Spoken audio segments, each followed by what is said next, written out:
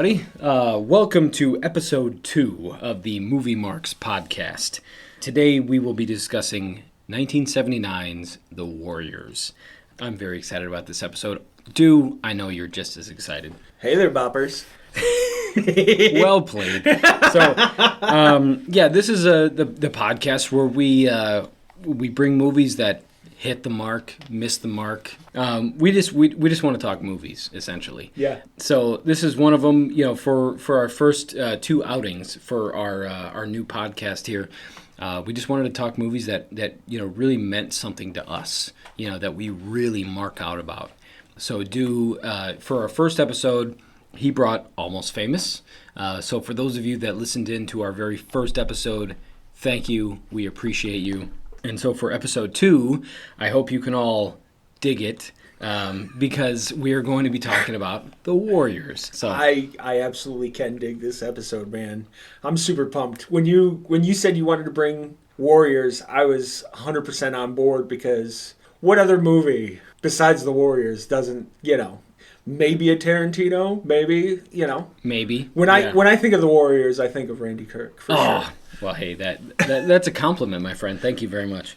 So, yeah, I guess, we'll just kind of dive right in here. And for those of you that are unfamiliar with The Warriors is about a street gang known as The Warriors who must fight their way from the Bronx to its home turf on Coney Island when its members are falsely accused of assassinating a respected gang leader. I damn love this movie so much. This one, if we're talking about hit marks, miss marks, whatever it is, this one is, if Almost Famous was 99.9% hit the mark, this one is at least there for me. Okay. From the moment that the Ferris wheel is shown, it's a perfect vibe for me. It's just so iconic, and then that music that hits too. It's eerie, and like I said, when they show the Wonder Wheel and Barry Dvorak hits his score, it's like I don't know what I'm watching. Yeah. Like at that point, the first time you're watching this movie, I don't quite know what it is. Yeah. But I like it. And then that's before you even see one gang member. 2 questions. Yes. 1, what are you drinking? Ooh, I haven't started yet, but I'm glad you asked here. Give me just one quick second. Oh, what are you drinking? I'm drinking a Stone Tangerine Express Hazy IPA. Ooh, very nice, very nice. For Tangerine me, and pineapples. this is a More Brewing To The Trees IPA with Amarillo and Centennial and Simcoe hops. Ooh, I've never heard of Centennial and Simcoe hops. Yeah, it's pretty good. More Brewing, thank you very much. Second question. Yeah. When's the first time you saw this movie? I was roughly 10, 11 years old, so it was I'm going to say, give or take, 96. Okay.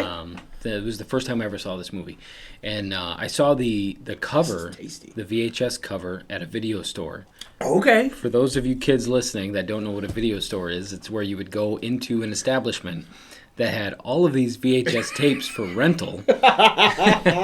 You'd have to pick the cover. Anyway, so I saw the cover on VHS, and I was intrigued, right? Yeah. You see all these gang members, the Warriors with the graffiti, and so I rented it. And so after I rented it, not before, after I rented it, my dad had kind of co-signed and said, ooh, he's like, that's a cool movie right there. And so I was in already. Yeah. I'm like, all right, I'm excited about this. And so I watched it at 11 years old, and I mean, I was hooked. Like I said, from the minute that you see the Wonder Wheel and you hear the score, I'm hooked, man. What about you? When's the first time? So, funny enough, it was after a WCW Monday Nitro. TNT was playing it on syndication, and it starts up like immediately what you said. The synth wave hits, and the Wonder Wheel shows, and my dad goes to change the channel. I said, no, let's watch this. And he goes, Let the boy watch. And he goes, are you sure this movie's so ridiculous? Now, mind you, every movie that he's told me in our past that are completely ridiculous, he is now 100% fan of because his sons are now fans of the movie. I love it. The Warriors, Tron, all of it now. We've watched multiple times with the old man, and he has become a new fan. I see. That's funny to me. This is the first time we're ever talking about this. And so, backstory here. Du and I mean, we've been friends for 25 years. Yeah. So I've out of my 38 years on this planet, I've known you for 25 of those. Long ass time. Very long. This is the first time I'm hearing about that story because my dad was a co-signer of this movie. Yeah. My mother as well. My mother liked this movie. Both teenagers of the 70s. Yeah. Your dad he kind of shit on it. Right. That's funny. So, and it's not just this movie. A couple other movies where I've been like, you're totally wrong about this, old man. This movie is fantastic. This is why this movie. And he's now become a fan because how passionate me and my brother are because of these films. So I watched this fucking edited on TNT, so I never got the full picture until I actually saw the complete Warriors. Now I'm kind of curious about the TNT version of it because I wonder what really would be cut. Yeah. Because there's not a whole lot of adult language. No. There's obviously violence, but there's not a whole lot of blood. Right. A little bit. I wonder what would be cut for the TV version. So the TV version's a little bit different because not only do we get the Wonder Wheel, but we get Cleon talking to his girlfriend. And that was only on the DVD version. Yeah. And the TV syndicated version, which was crazy. That's funny. Yeah. When I watched it later on, when I actually physically bought it because they re-released it and everything. Yeah. All of a sudden it was a totally different movie to me because there's whole sections missing out that weren't in the TV version. I guess before we get too far into this episode here, I guess we should say that we did watch the theatrical cut. Yeah. Because they did have the director's / comic book cut of 2005, which is also fun to watch. But we watched the theatrical cut for this. When it comes to any movie, we want the same movie that's accessible for everybody. So when we usually watch a movie, it'll be the theatrical cut so that it's accessible to our viewers as well. We do have deep catalogs of a lot of these movies. Oh yes. And so, there's often times where we'll have watched the true cut or the whatever cut, but know that as for you fans, we will always watch the theatrical cut for you. And really just outside of, like I said, that the Wonder Wheel at the beginning, from the moment they get onto the subway and the driving music, the Barry Dvorak score, it rocks. Yeah. Because, not to say that synth wasn't a thing. I guess I've got a note several lines down on my paper here. But about this being, Barry Dvorak, I guess, had claimed that this was the first movie that had an entire score of synthesized rock. Okay. Which I found very interesting because John Carpenter has always experimented with synth. Right. I love synth. I feel like I'm a student of synth, and I found that quote pretty interesting, right? Yeah. Because synthesized rock, when I think that, a godfather or pioneer of that, I think is John Carpenter. Right. And so for Barry Dvorak to say in 1979 that this was the first synthesized rock score, I think he's right. Yeah.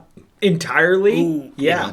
So, but dude, it is cool as shit. And from the minute they get onto that subway, you hear that driving score. Well, and that score is it sets the tone for the entire movie. Yeah. Right. It essentially is the key part that takes you on this ride with the Warriors throughout New York. Well, from minute one of the movie, it feels gritty. Right. You know that these are hard living people. They've seen shit that we will never see. Right. They've been in fights that we've never been in. And it's very cool. And then the cut-ins with the Warriors, the gang members explaining, what's going on, and that's just what do you know about Cyrus? Yeah. They're telling us who Cyrus is. They're telling us why they're meeting. They're telling, I think it's a pretty genius way. While that driving score is going on in the background, you've got all the Warriors that are, cutting in and explaining to us where they're going and why they're going there. I think that's just fucking cool. I love that as plot structure and as story, but that's some of the mismarked for me. Really? Yeah, it's not the dialogue or whatever. It's not how the movie was written. It was how these poor actors, in a lot of cases, they'd never acted before. True. Is present the written word. And unfortunately, you get all that information, but you get it in very wooden and sometimes forced ways that just don't seem natural. And so, for me, some of the acting misses the mark there. Interesting. Yeah. I mean, I get that. Yeah. For me, so I guess, we've kind of done our intro and opening here. So, yeah, the things that missed the mark here for this movie for you is some of the acting. Yeah. See, for me, if I had to pick one thing, and I think it might only be one thing, is Michael Beck as Swan. Yeah. Because I don't know if I totally buy 100% that he's Warlord. Sure. I don't know. I can't say for sure that he's seen any more battle. He's not that charismatic. And Warlords don't necessarily have to be. He's got to have that essence that he knows his way around the streets. He's a little battle hardened. And Michael Beck, I don't know if I believe it. But so I'm going to bring some fun facts with you. So Michael Beck was supposed to be the next thing, right? He was praised for this movie as being so great. And after he does this, he does Xanadu with Olivia Newton-John in 1980. Right. And so he's been quoted as saying, "The Warriors opened doors for me in Hollywood." Of course. And then Xanadu closed those doors. That's why we don't see Beck in many things nowadays. I mean, you got to be careful, right? You got to have a hell of a good agent. Yeah. Not everybody can be Jerry O'Connell. Well, honestly, if Olivia Newton-John didn't have physical, she might not have had a career after that. After Grease, she had Xanadu. Shit. Right. But really, that is about the only miss that I had. And you were talking about the actors, and I mean, yeah, they're not great actors. These are no Shakespearean actors or anything like that. So, but for me, it's just Swan. Where he's, I don't know, is he War Chief? I'm not sure. Well, word on the street is with Fox. Yeah. The guy who played Fox, he was so unlikable on set that he got into so many problems with Walter Hill. Oh no. That Walter Hill killed him off so early. And so I can kind of see it. That'll do it. But I think James Remar has a little bit more passion and a lot more charisma. Yeah. And that's why you see him in certain scenes where he goes to Swan. Well, I think we should vote on who War Chief was. And me watching it at that point was, I 100% agree. I vote on him. I think that's kind of perfect though, because you can definitely tell for Ajax that he's got that drive to want to be War Chief. Right. But he's also easily led astray. Right. Because he's the one with Mercy, where he's like, I'll give it to you. But it's like, hold off, man. Hold off. Where he doesn't make rational decisions. And so I think that's perfect writing. That's the reason that he's not War Chief, And let's put up a disclaimer. This movie was made in 1979. So a lot of stuff that you're going to hear out of these actors' mouths were to that time and indicative of gang culture and stuff like that. Not just that, but yeah, I think that people that are not they're from a different walk of life. Yeah. So I mean, things that we would definitely not say. However, yeah. I mean, so this film definitely would have that new age Disney disclaimer that you see on everything now. Be careful. The views and expressions that were made were of that time for changing landscapes and so on and so forth. For sure. Yeah. Yeah. That's also the commentary disclaimer that they have. Right. The views and opinions. So that was a miss moment for me. It's like.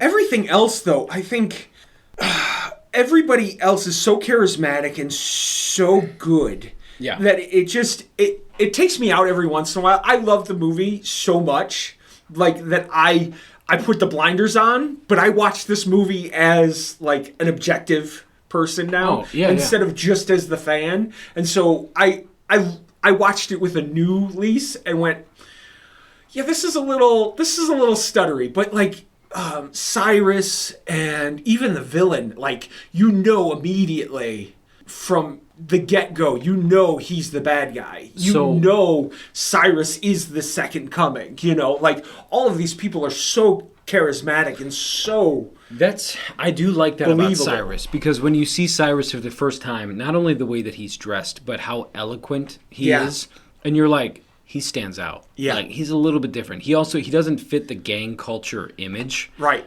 But he absolutely, he has a presence, right? Right. But also, I made a note about that with David Patrick Kelly as Luther. Yeah. He is the perfect unstable villain. I mean, he is exactly the kind of guy that he's just out for chaos. And I don't think I made a note at the very end here, so I'll just say it now. But at the very end, when they're on the beach in Coney Island, and he says, I just like doing things like that. Yeah. You know, yeah. Like, that's perfect, right? I've always, he doesn't get enough praise. Right. Because unfortunately, he doesn't get very many popular movies. He was in Commando. Sure. He's in The Crow. Well, he's T-Bird in The Crow, which also you got to give him credit for that, because he absolutely plays. I mean, he's if we're saying war chief, whatever, he is the perfect leader of this band of fucking chaos. Right. In The Crow. Right. And I just don't think he gets as much due as he should, because he was in Twin Peaks as well. Yeah. And he's just this fantastic, chaotic character actor, and I don't think enough people really know of him. All they know of him is that stupid, the end catchphrase that he ad-libbed, right. Warriors come out to play, but like he is a perfect villain and should be cast as a villain going forward. It's almost like Giancarlo Esposito. Like, if I see Giancarlo in anything that he's not the villain in, I'm like, this isn't right. You're right. I mean, Usual Suspects, right. Giancarlo Esposito, it's like, okay. He's not a villain, right. So you're like, right. I buy it, but yeah, you should be a villain. Right. You're not Kaiser Soze, so yeah. Yeah. But everything, I agree with you. I'm not the 99.9% that you are. I'm at the 90% perfect for me. But, like, I think Walter Hill did everything in his power to make you feel like a part of this gritty underworld where gang life was the life. And I don't think in anyone else's hands this would be as successful as it was. Well, I'm sure you've probably got a lot of fun facts out there, so I don't want to go too far here. Maybe you've got it. But with the Warriors being that gritty sort of juxtaposition, this was written, the book, mind you, not the movie. The book was written as like an antithesis to West Side Story. Yeah. Which I think is pretty cool. The book came out in what, 62? 61? 65, yeah. I think. Yeah, so the 64, 65. And so the Warriors was like 14, 15 years after the book. Yeah. But this was like, who was the author of? Was it something Yannick, I think? Yes.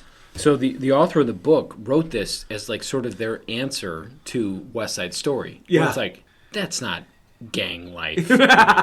So that's kind of funny, right? Yeah. So I do think that's pretty cool. Yeah. That, they're like, no, this is gang life. And, 14, 15 years later, I think Walter Hill did a great job of kind of portraying that as like this gritty life that I'm sure it was. And believe me, it wasn't easy. Walter Hill should get more praise than what he actually does. I mean, the hoops he had to jump through to make this film is astounding. Like paying a gang.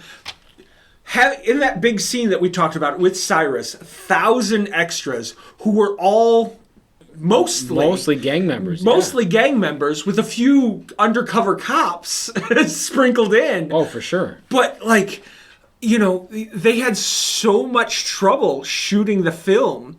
Like real life gangs always wanted to cause a problem for this gang life film at every turn. They had to hire a gang just to watch over the equipment every night. So $500 a night to this, I think they were called the Mongrels or the Mongols or something of that nature. Mm-hmm. Just to protect And like shooting schedules would be thrown out because there'd be, and mind you, 1978, 1979 in New York, it wasn't the Disneyland that it is right now. No. It is everything that you see in this film is what New York was. And so like there'd have homicides 2 blocks away, and so they wouldn't be able to shoot because somebody got killed.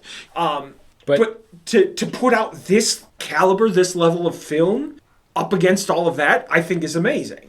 But yeah, you're right though. I mean, with Walter Hill, he didn't have the resume at that point that he does now. And I mean, he did Hard Times with Bronson, and then The Driver with Bruce Dern. Yeah. And that was really it. Which all could be, it's like, there'd be the Roger Corman, level of films. Like, how many people go, I really love Driver with Bruce Dern. Right. Like, you say Bruce Dern to me, I think the bad guy who killed John Wayne in The Cowboys, Now a little bit more, but, back then. Roger Corman is probably a pretty good likeness, honestly. Yeah. But obviously, Walter Hill went on to do a lot of other, big things, and very, good for him. But at this point, he was still making a name for himself. Right. And I think that he did a damn good job. Absolutely. Especially, kind of tag teaming with the cinematographer. One of the things that I liked, and I've seen this movie 100 times. Yeah. And one of the things that I really liked this time, and also I will say I recently purchased the 4K, the upgrade, and so the picture quality is substantial. It's so pretty. It's very good.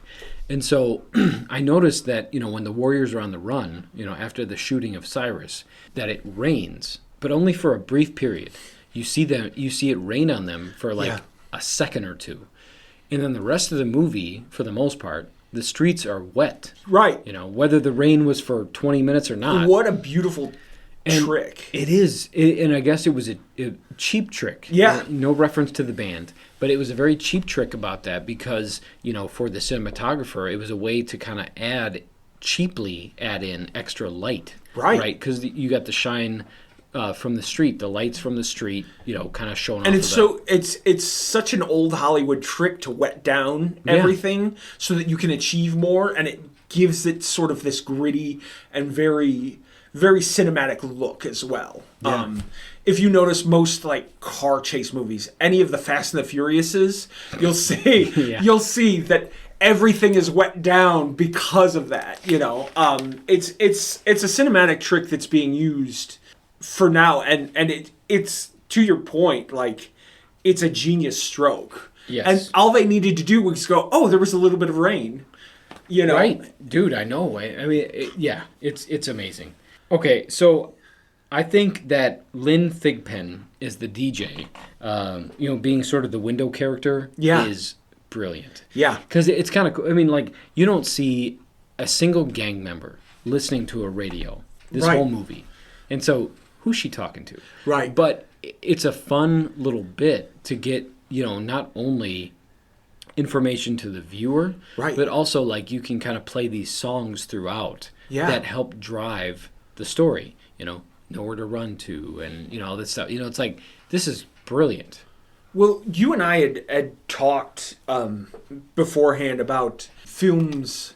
So I just recently read a job posting about an English teacher position, and one of the classes that English teacher would have to teach would be cinema and literature, film and literature. Oh yeah. And The Warriors would be one of my picks because not just the book alone, but like this came from ideas of like 300, the Peloponnesian War, and all of that other stuff. Like this has steeped history in things going back from ancient Greece and so on and so forth. And so using her as sort of like that oracle, that off person who kind of, like you said, informs the viewer on the information that they needed at that point in time to drive the rest of the story is a masterclass in modern storytelling. Well, it's kind of cool because she's unbiased, right? Because she's saying that, like the riffs have a message. And this is, Nowhere to Run To. And basically,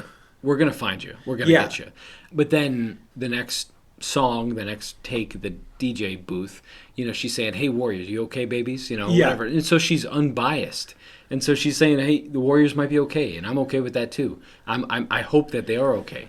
So the things that I like about it, you get specific nods to that sort of thing as well. Like, when the Lizzies go and try to entrap some of our intrepid heroes running through, they go, "Oh yeah, we heard the Warriors are a real rough crew." Yeah.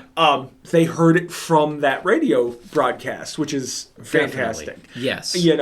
I like that too, because he's like, "Oh yeah, I guess we do have a good rep," Yeah. And that's pretty cool, right? So, yeah.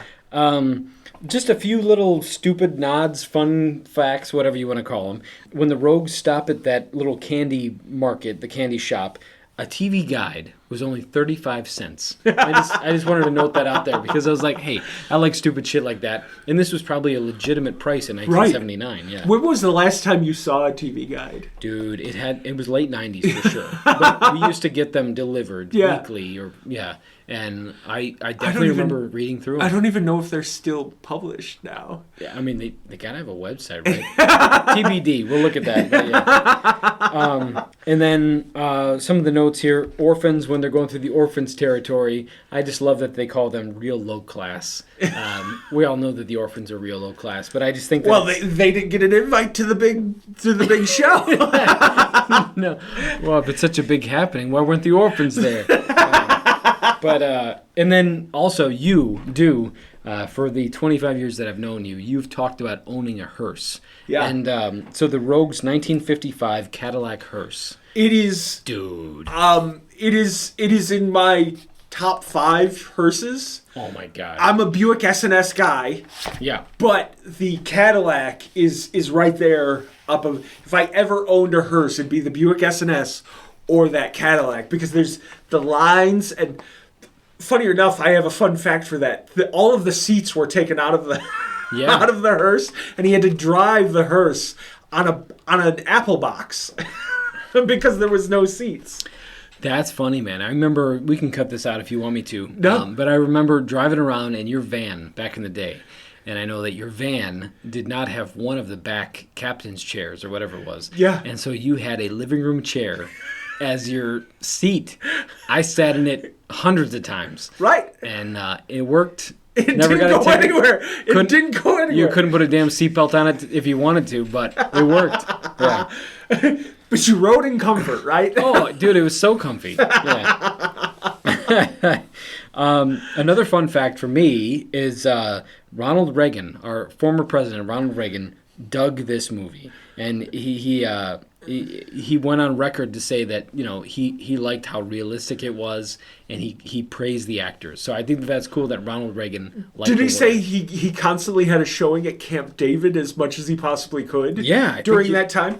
Now, you're right. Now, some terrible history. Unfortunately, because of, and if you get a chance, and maybe we'll post this to our Instagram or our X or our threads. Yeah.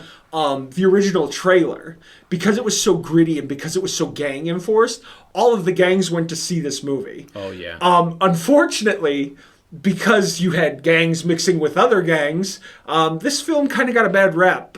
Paramount actually paid theaters to stop playing it because there were so many violent instances. So unfortunately, it didn't make as much as it could have. It made a lot. It made enough to even out, but it didn't get a cult status until, much later.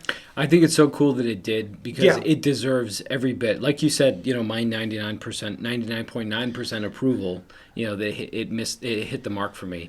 You had a 90% or whatever. Yeah. I think that there's a lot of us out there that really identify with this movie. I've never been much of a, I guess you say, fighter, gang member, right. Like I'm not a street fighter or anything like that, but there's something about it that just makes you identify with it. Some of these characters that, they're just kind of getting through, right? Yeah. I just want to get home. Yeah. That's really their thing. And all these years later, 45 years later, you still identify with it. It's fucking cool. Well, there's that whole scene where they're in the subway and it's Swan and Mercy. Yeah. and she's got the jacket on, which is funny enough why she has the jacket on. But there's that couple of couples who are like, the prom crew, crew, and they're all dressed up, and like they're kind of looking down at Mercy and Swan. And Swan picks up the boutonniere or the corsage, and he hands it. And he goes, "I just don't feel like anything should go to waste." Yeah, that's a great scene for me. What a great juxtaposition, because you look at it and you see Mercy kind of trying to fix her hair. Yeah, she sees these two beautiful girls that are in these like evening gowns, and so Mercy's fixing her hair, and Swan stops her. Yeah, basically saying, "You're just as beautiful as these ladies over here." Right, and it's like, hell yeah. Yeah. Like, that's really cool. Right. So do you know why she's wearing a jacket through half of the movie, where she's like, "Oh, I just picked this up"? Like halfway through, like all of a sudden she started wearing the jacket. I don't. She actually went during one of the stunts, she broke her hand, and to hide the cast, they had her wear the jacket. I didn't know that. So I heard that, I don't know if it was Swan or one of the other guys, I heard that they actually like hit her in the face during one of the stunts. That's true. Yeah, when they were fighting with the baseball furies, man. they accidentally knocked her out, and that's why you see her with like a cut or a black eye. Yeah. A little bit later is because they accidentally hit her. Oh man! But she was such a trooper. Originally, fun fact again, Walter Hill went and saw Aliens because he was scoping out somebody else for the film. Yeah. And he saw Sigourney Weaver, and thought Sigourney Weaver should be in the film, but she was not. We got Mercy instead. She was a Ridley Scott gal by that point. Yeah. Right. And then what else do we... Swan was actually supposed to be Tony Danza. Oh, I do think and because I knew about that, yeah. He got on Taxi, he couldn't commit to being in the Warriors, so... Thankfully, we have poor Beck. You know what? I might believe Michael Beck more than Tony Danza. Absolutely. So. I would not believe Tony Danza as Swan. Who's the boss? Michael Beck.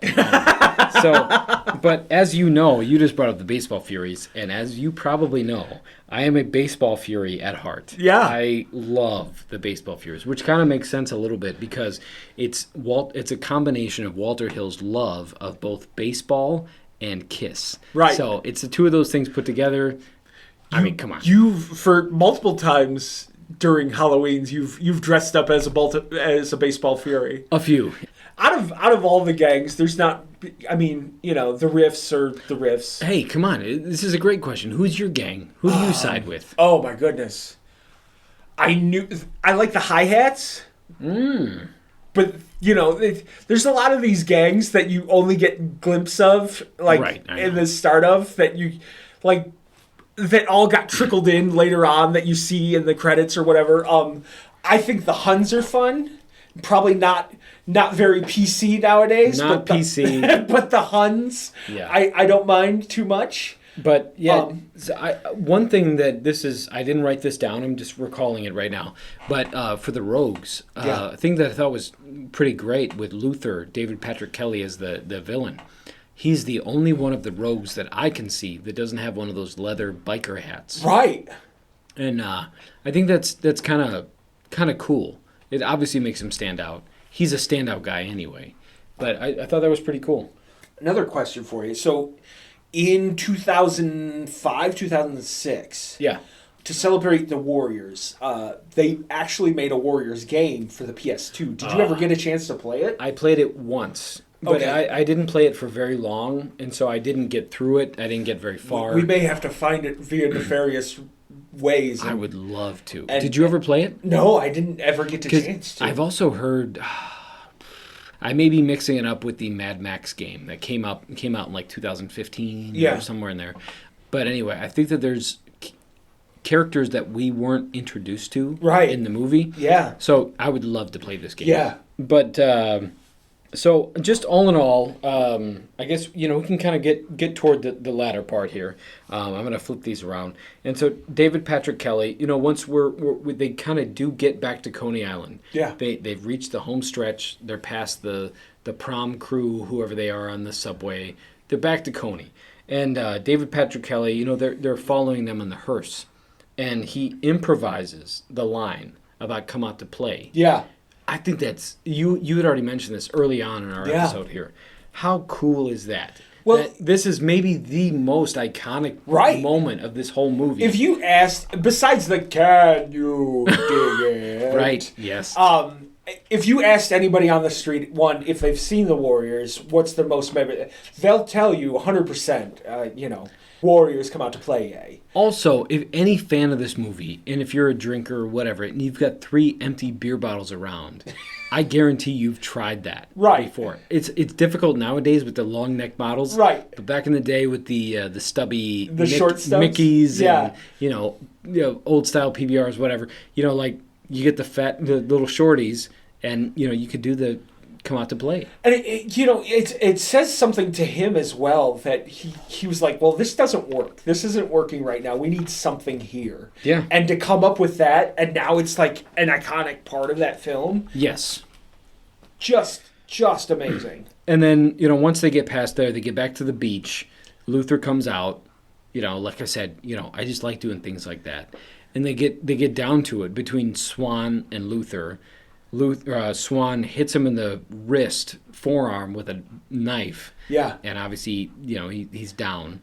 What I always thought was the coolest thing ever. Swan rips the blade out of his forearm and wipes the bloody blade with his hair. His own hair. Yeah. That's cool. That is pretty badass. And so, bottom line, I think this is just a tough-ass movie. It's a very tough fucking movie. And outside of the shooting of Cyrus, the Rogues and the Lizzies, I think, are the only 2 that have guns. Right. And so, most of it is just fists, baseball bats, right, chair legs, yeah, table legs, shit like that, where it's like whatever they had available to them. Like, most people weren't using guns. So, just a tough-ass movie, man. It's so tough. And it's such a fun watch. And, I may have said it's, 90% for me, but I think you should at least watch it one time. Oh, if anybody out there listening, if you haven't seen The Warriors, go watch. Yeah. Because, at the very least, you'll have fun. Yeah. You may love it. You may not. You'll have a good time. And definitely let us know. Let us know if you haven't seen it before and that you gave it a watch, or if you've absolutely loved it from the beginning. Let us know on our social medias. We're on Facebook, Instagram, X. We're on Threads. Find us on our link tree. Everywhere you can find us on podcast platforms, that's where we are.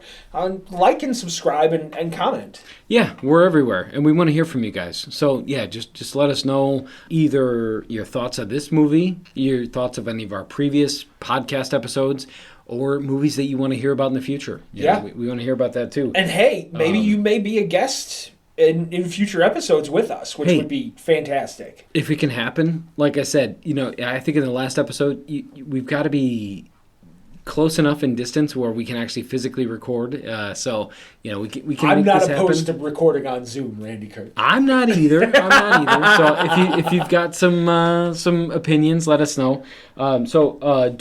Is this a hit or a miss for you? This is definitely a hit for me. Yeah. It hits the mark. May not be a 99.9%. It's not a bullseye? It's not a bullseye, but it's a little bit left of bullseye. Okay. It's a triple 20? Yeah. Okay. All right. Oh, shit. Yeah. This one is easily a bullseye for me. Oh, for sure. This one hits the mark dead on. As I think I mentioned in the last podcast, I am a 70s kid through and through. Yeah. Anything and everything that has to do with the 70s, whether I love it or not, I like it. You know? I embrace it. So you've already mentioned where they can find us. So thank you for that. So bottom line, we just want to thank you all for joining in, listening, celebrating. Yeah, just thank you for everything that you do for us. And let us know, are you a movie mark too? Are you a geek? Do you love movies as much as we do? Yes, we want to hear from you. All right. Hey, thank you very much for tuning in for The Warriors. It was a blast. Thank you so much for your thoughts. Hey, thanks for bringing this movie to us. Hey, thanks, buddy. All right. Thank you all. Bye-bye. Bye.